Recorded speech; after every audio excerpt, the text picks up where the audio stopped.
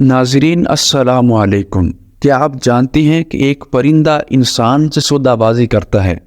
ہم نے یہ تو سنا ہوگا کہ ایک انسان دوسری انسان سے سودا بازی کرتا ہے، ایک تاجر دوسرے تاجر سے سودا بازی کرتا ہے، لیکن ایک پرندہ ایسا بھی ہے جو انسان سے سودا بازی کرتا ہے۔ تو افریقہ کے جنگلات میں پایا جانے والا وہ پرندہ جو انسان سے سودا بازی کرتا ہے۔ افریقہ کے لوگ جب شہد تلاش کرنے کے لیے نکلتے ہیں تو خاص قسم کی آواز نکالتے ہیں۔